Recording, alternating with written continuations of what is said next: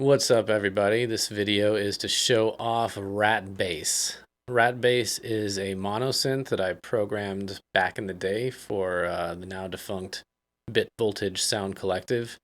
I recently updated the filter math and did a bunch of bug fixes on it, and I am releasing it for free as RatBass 1.11. So what is it? Well, it's a really nasty sounding monosynth that's going to be good for kind of grimy respaces, chiptune leads, stuff like that. What makes it unique is that it's a dual pulse wave design with a triangle sub-oscillator, but a lot of the different parameters can kind of have some drift and slew, sort of like unstable old school analog electronics.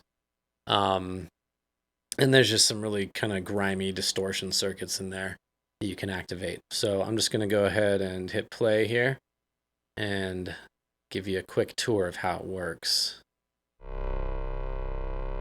So at its default, it's a little bit thin, but still kind of grimy.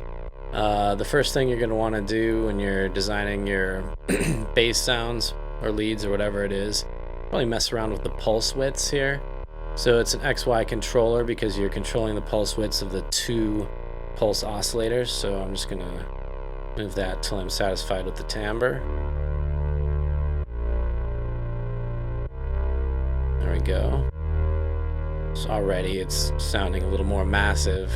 Shift right here is going to be a subtle shift in tuning from one oscillator to the other. So the more you shift, the more detune there's going to be. Alright, so now we're getting a nice hollow kind of re-sound. Now, shift as well as filter frequency and filter resonance, and actually also pulse width, you'll notice have these drift and rate controls. So that's the sort of analog slew drift kind of offset that you can do. Drift is just going to be basically how much from the center point it can drift, and then rate is how quickly it does that. Kind of like a randomized LFO. So I'm going to activate that on my shift here. So let's do some drift, and then I'm going to turn up the rate. And you'll notice as you do that there's actually a red indicator behind the pot that's going to show you where it's drifting, but it's always going to be around the center frequency that you set. So I'll increase the drift amount just so you can see that a little bit better. I'll go ahead and do that with pulse widths as well. Let's get some drift, speed up the rate, and you can see there's an indicator there as it's shifting around. Now there's also going to be, like I said, a triangle sub-oscillator that's one octave down. You can turn it up or down, just depending on how much sub you want. And then as far as the filter is concerned, like I said, I updated the filter math in it. For all you filter nerds out there, it's a zero delay feedback clone of a Moog ladder filter. So it's got some good bite to it.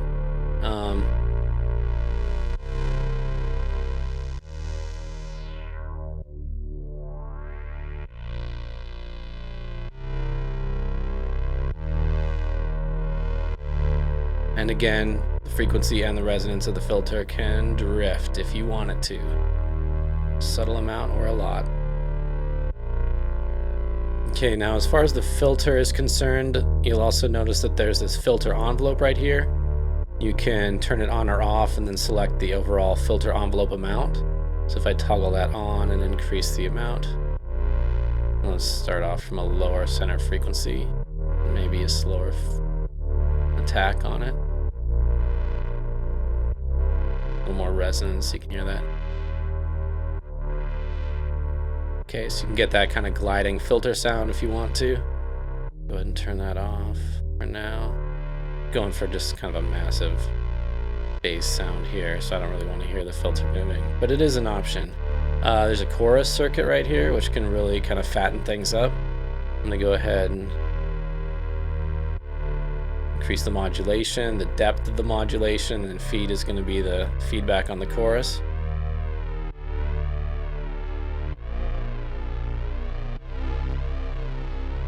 Now there's these two distortion circuits right here, bite and gnaw.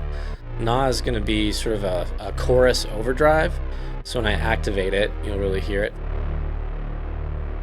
You have just a real massive chorus sound. And once you're gnawing, this depth control can get pretty crazy. You'll hear the synth just breaking up and getting nasty. And you have this bite control here, which is like a wave shaping distortion. It's going to give it a real kind of bit crush sound.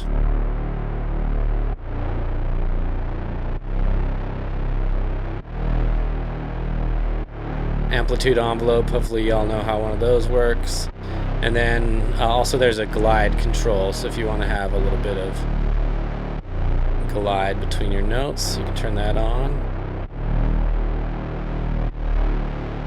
Choose your glide speed. However you want to do it.